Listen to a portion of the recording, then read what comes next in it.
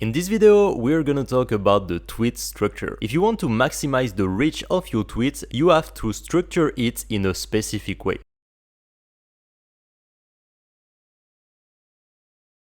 Usually, what you want to do is starting with a hook. The hook is by far the most important part of your tweet because it's the only thing people see before deciding whether to keep reading or keep scrolling. You can have the best content in the world, but if your hook is weak, nobody will read the rest. The goal of the hook is simple: create enough curiosity to make people read the next line. And usually what I'm doing with my hooks is exposing the most interesting part of my tweets. For example, if your tweet is about a personal story, you could start with the more surprising moment of a story as a hook. Something like, I made 1,000 followers this month. If it's educational content, you can start with something controversial like this tweet from Thibaut Maker. And honestly, I think Thibaut is really good with hooks. If you want inspiration, you can have a look at this tweet. You can also start with a curiosity hook, something that makes people curious and make them want to read the entire tweet. And then after the hook, there is the value.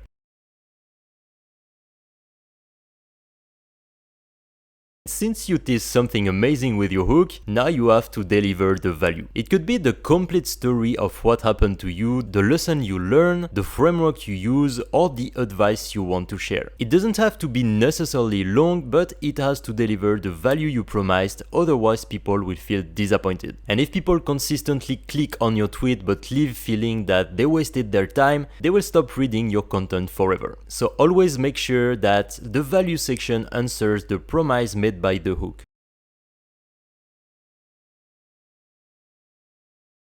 And finally, we have the call to action. This one is useful if you want people to perform a certain action. For example, in the connect tweet, I say something like, tell me a bit about you and let's connect. And then you will see that people actually do what you ask in your call to action in the reply section. And now, before seeing the most important types of tweets in details, I want to give you few rules that you always have to respect in your tweets.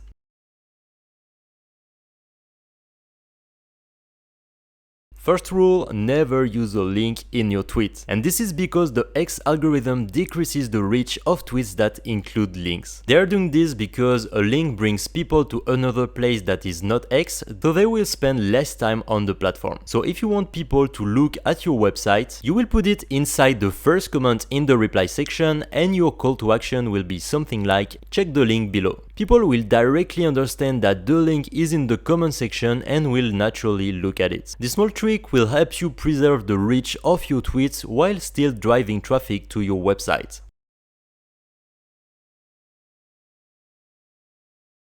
Second rule, make your tweets easy to read. Most people are scrolling very fast and they don't want to read the huge blocks of text. That's why you should leave spaces between your paragraph whenever it's possible. A tweet with a lot of empty spaces feels much more lighter and easier to consume than a massive wall of text. And the same rule applies in one single line. Don't use too many words on every line, cut your sentences if you need to, but try to never write more than 10 words on a single line. This will make your tweets easier to read and people more likely to engage with them.